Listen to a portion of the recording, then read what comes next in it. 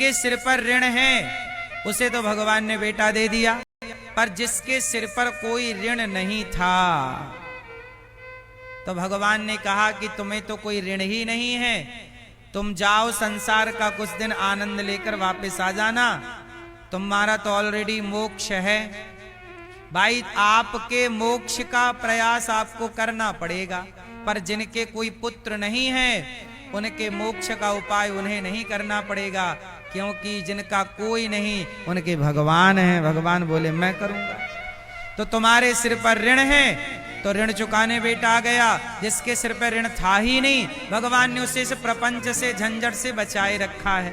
अब आप संसार में देखते हैं कि सबके बच्चे हैं तो आपको लगता है हमारा भी होना चाहिए। अच्छा मुझे एक बात बताओ, मीराबाई के कोई बेटा है? जोर से मैया बोलो मेरी मां। मीराबाई के कोई बेटा है? पीछे वाली मैया, भगवान मीराबाई के कोई बेटा है? नहीं है। अब बताओ मीरा भाग्यवान है कि अभागिन है? हैं?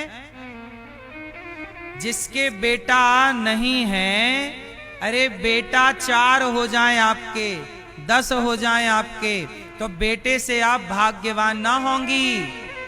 जिसके हृदय में भगवान का प्रेम हो जाए, जिसके हृदय में भक्ति आ जाए, वही भाग्यवान होता है, वही बड़ा होता है। बेटा पा लेने से कोई बड़ा नहीं हो जाता। रावण के तो 1 लाख बेटे थे पर अभागी है। रावण के कितने बेटे हैं? जोर से 1 लाख बेटे हैं। रावण के 1 लाख बेटे हैं, लोग उसे अभागी कहते हैं, पुतला जलाते हैं।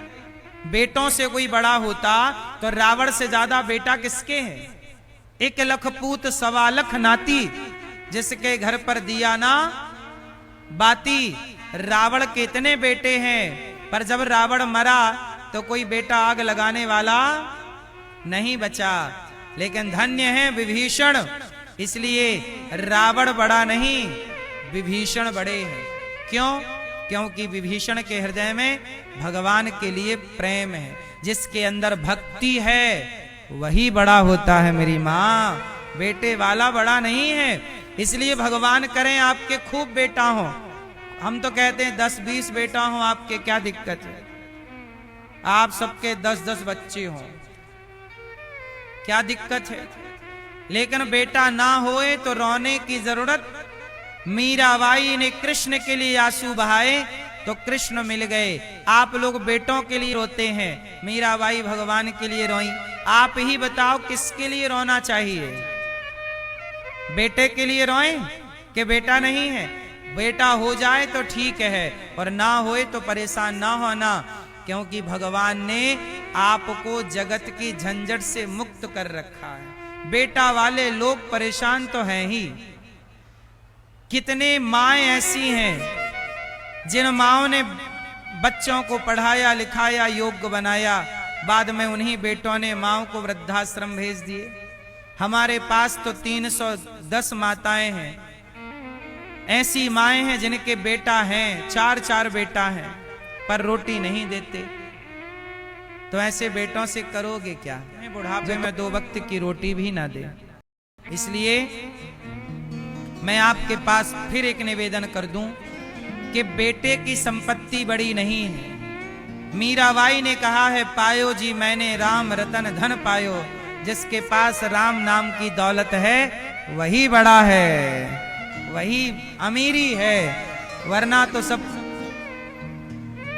गरीबी है। भगवान ने आत्मदेव जी नाम के ब्राह्मण थे, उनके कोई संतान नहीं थी। संत जी ने उन्हें समझाया कि बेटे के लिए मत रो। वो बोले नहीं मुझे तो बेटा चाहिए। आत्मदेव जी को पंडित जी एक संत जी मिले, समझाए कि बेटे के लिए ना रो। आत्मदेव जी बोले नहीं मुझे तो बेटा चाहिए। संत जी ने एक फल दिया, बोले अपनी पत्नी को देना। पत्नी ने फल खिला दिया तो गाय के बच्चा हुआ, कान गाय की तरह थे, नाम पड़ा गौकर्ण। नाम क्या पड़ा?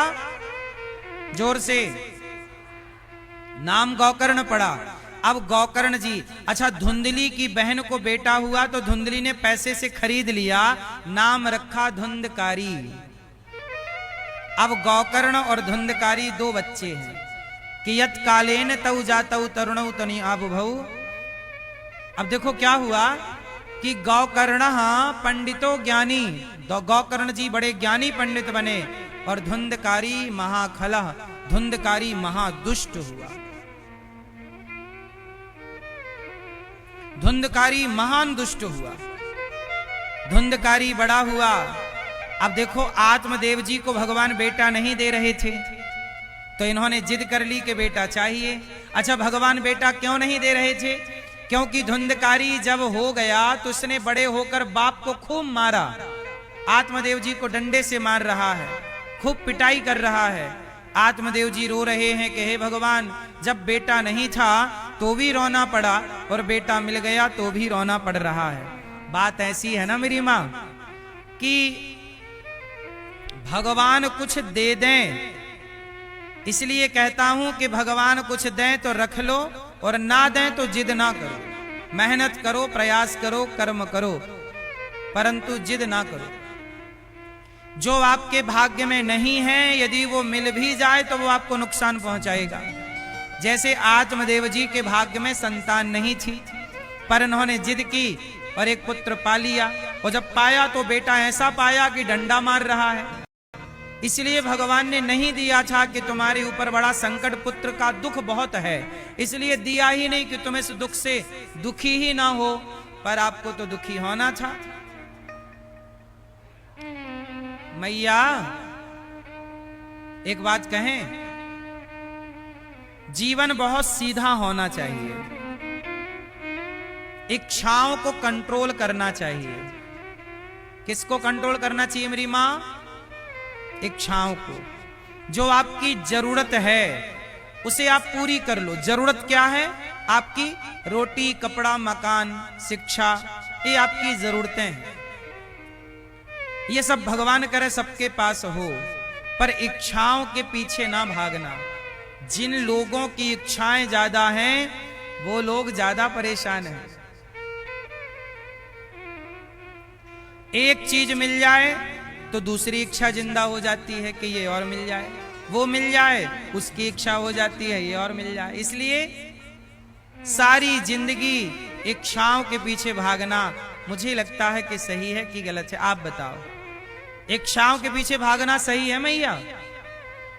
मैया बोलो राधे राधे।